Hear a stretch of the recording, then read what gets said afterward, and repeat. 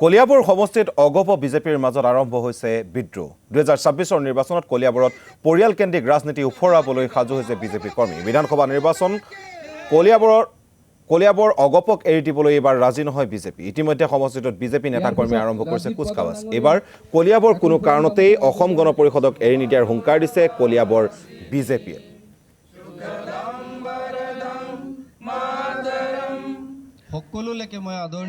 নিৰ্বাচন বুলিয়ে নহয়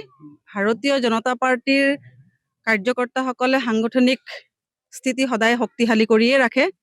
আৰু সেই হিচাপে আমাৰ কলিয়াবৰ বিধানসভা সমষ্টিৰ অন্তৰ্গত 232টা বুথ আছে প্ৰত্যেক বুথতে আমাৰ সাংগঠনিক সভা অনুষ্ঠিত হৈ আছে আৰু গাঁও পঞ্চায়ত ভিত্তিতো আমাৰ সভা অনুষ্ঠিত হৈছে আৰু সেয়েহে আজি উত্তৰ পূবথুৰীয়া গাঁও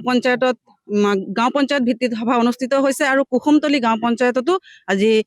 গাঁও পঞ্চায়ত ভিত্তিত আজি সাংগঠনিক সভা অনুষ্ঠিত হৈছে আৰু ইয়াৰ উদ্দেশ্য আমাৰ সাংগঠনিক ভিত্তি সবল কৰা আৰু যেহেতু নিৰ্বাচন সমাগত আৰু কলিয়াবৰ ভাৰতীয় জনতা পাৰ্টিৰ কাৰ্যকৰ্তাৰ লগতে আমাৰ ৰাইজেও বিচাৰিছে ভাৰতীয় জনতা পাৰ্টিৰ এগৰাকী প্ৰতিনিধি সেয়েহে আমাৰ